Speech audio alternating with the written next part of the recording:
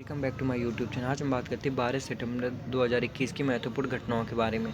सन 1217 ईस्वी में फ्रांसीसी सम्राट लुईस ने ब्रिटेन के महाराज हेनरी तृतीय से शांति समझौता किया था।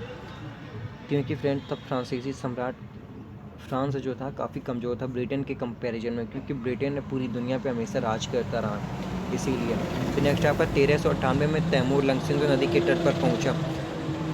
तो जो तैमूर लंग था, तैमूर लंग एक विदेशी आक्रमणकारी था जिसने भारत के द्वारिका और कई सारे मंदिरों को लूटा। 1635 में स्वीडन और पोलैंड ने संघर्ष विराम संधि पर हस्ताक्षर किए थे। जो सन 1635 ईस्वी में था, तो स्वीडन और पोलैंड ने पहले इन लोगों के बीच में स्टॉकहोम और वार्सा में काफ़ी ज़्यादा संघर्ष होता रहता था, जिससे बॉर्डर कॉन्फ्लिक्ट था और कई सारे इनके बीच में काफ़ी ज़्यादा वो थे, काफ़ी कंट्रोवर्सी चल रही थी। तो इसलिए इन्होंने 1635 में संघर्ष विराम संधि पर एक हस्ताक्षर किए थे। फिर 1703 में सम्राट लियोपोल्ड को स्पेनिश विरासत से हटाया गया। फिर नेक्स्ट आपका 1720 में होने बी के इशाक ने डच पेंशन सलाहकार को चुनाव किया था। पहले पेंशन वगैरह किसी को कुछ नहीं मिला करती थी, फिर बाद में इन्होंने अपना एक अलग से इस्टेब्लिश किया था। सन 1722 में फ़ारसी में बाकू और डरबन पर रूसी सैनिकों ने कब्जा किया था। जो फ़ारस था, पहले ये फ़ारस था, फिर उसके बाद ये ईरान बन गया। फिर है 1758 में फ्रांसीसी खगोलविद चार्ल्स मेसियर ने क्रैब नेबुला को गलत तरीके से पहचानते अपना मेसियर कैटलॉग शुरू किया। 1786 में लॉर्ड कॉर्नवालिस भारत का गवर्नर जनरल बना था। 1814 से 1812 के युद्ध के दौरान उत्तर पॉइंट की लड़ाई बाल्टीमोर के पास लड़ी गई थी। तो फ्रेंड्स, ये जो बाल्टीमोर का इलाका है, ये यूएसए पे आता है। आपका यूनाइटेड स्टेट्स ऑफ अमेरिका के उत्तरी प्रांत का एक हिस्सा है। बाल्टीमोर सबसे बड़ा शहर है वहाँ का। 1848 में स्विट्जरलैंड संघीय राज्य बना था। 1873 में पहला व्यवहारिक टाइपराइटर ग्राहकों को भेजा गया। पहले इसको इस्टेब्लिश किया गया, फिर बाद में इसे बेच भी दिया गया। फिर इसका उत्पादन होने लगा नॉर्मल कंपनियों की जीत से। 1909 में जर्मन रसायन शास्त्री फ्रिट्ज हॉफमैन ने सिंथेटिक रबर का पेटेंट हासिल किया था। तब के समय में और अब के समय में समान चीज़ें हैं। जैसे कि अगर कोई चीज़ें बनाना सीखें, तो सबसे पहले उसे पेटेंट करवा लेना बहुत ज़रूरी होता है, क्योंकि ऐसे ही आपकी कोई कॉपी नहीं कर पाएगा। तो इससे आपको सबसे ज़्यादा बेनिफिट रहेगा कि आप अपने होल वर्ल्ड में सबसे ज़्यादा सप्लाई आप ही की कंपनी से होएगा। आप ही उसके चेयरपर्सन रहेंगे लाइफ टाइम के लिए, आप ही की कंपनी उसकी ऑनर रहेगी। 1923 में ब्रिटेन ने दक्षिणी रोडेशिया वर्तमान जिम्बाब्वे की सत्ता ब्रिटिश साउथ अफ्रीका कॉरपोरेशन से अपने हाथ में ले ली थी। जैसे भारत में ईस्ट इंडिया कंपनी थी, वैसे ही वहाँ पे भी ब्रिटिश साउथ अफ्रीका कॉरपोरेशन नाम की एक कंपनी थी। नेक्स्ट आपको 1928 में फ्लोरिडा में भीषण तूफान से 6000 लोगों की मौत हुई थी। और सन 1944 में अमेरिकी सेना ने पहली बार जर्मनी में प्रवेश किया था, क्योंकि जब ये द्वितीय विश्व युद्ध हो रहा था प्रथम विश्व युद्ध। 1948 में पाकिस्तान के नेता मोहम्मद अली जिन्ना के निधन के एक दिन बाद भारतीय सेना ने हैदराबाद राज्य के खिलाफ सैन्य अभियान शुरू कर दिया था। क्योंकि हैदराबाद राज्य का विलय वहाँ के निजाम आसानी से विजय कभी नहीं चाहता था कि ये भारत का एक हिस्सा बने। वो हमेशा इसे आज़ाद रखना चाहता था या फिर पाकिस्तान में उसे विलय कराना चाहता था। इसीलिए भारतीय गृह मंत्री ने उसके खिलाफ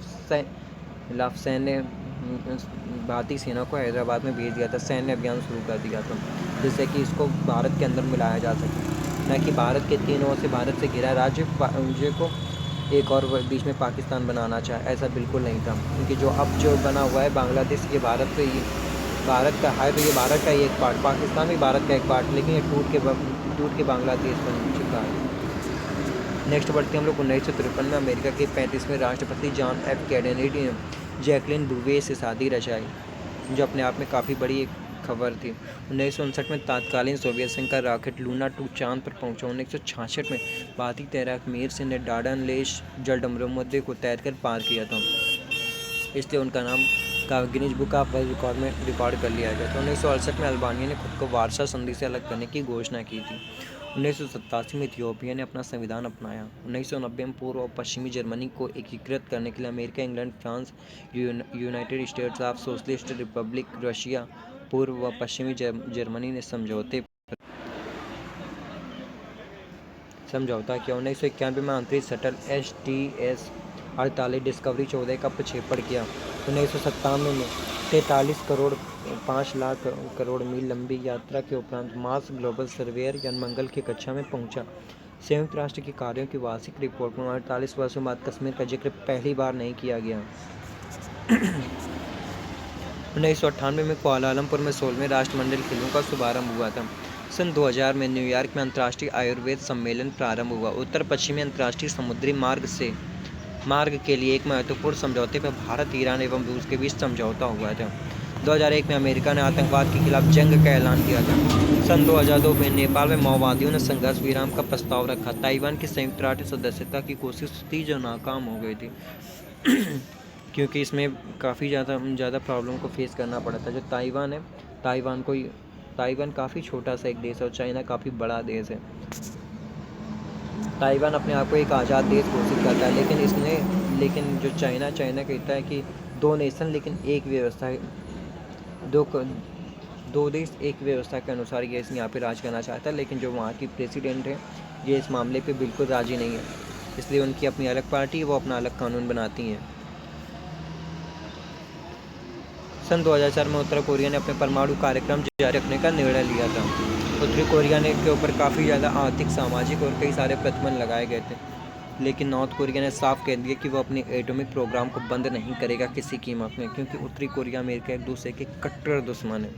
सन 2006 में पाकिस्तान के F-16 लड़ाकू विमान सौदे में रियायत देने की संयुक्त राज्य अमेरिका ने घोषणा की थी।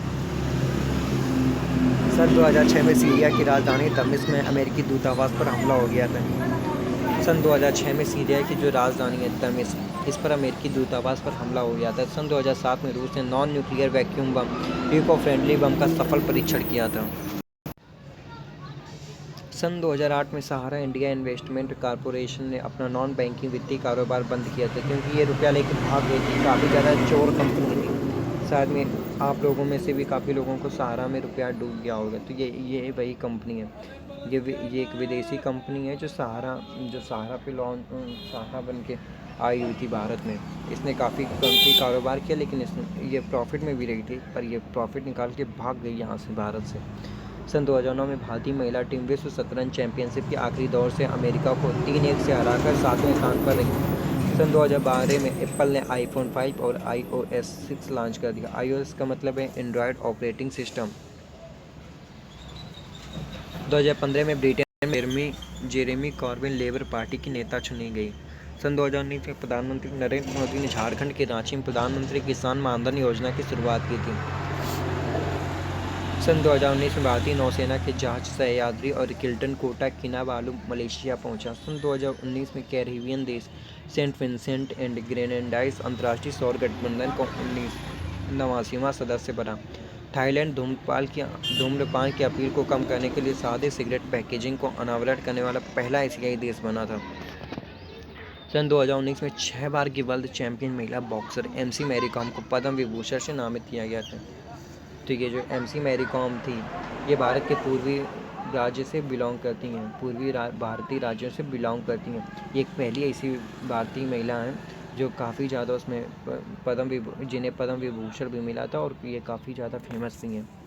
2020 में प्रधानमंत्री नरेंद्र मोदी ने प्रधानमंत्री आवास योजना ग्रामीण के तहत मध्य प्रदेश में 1,75,000 आवासों का लोकार्पण किया।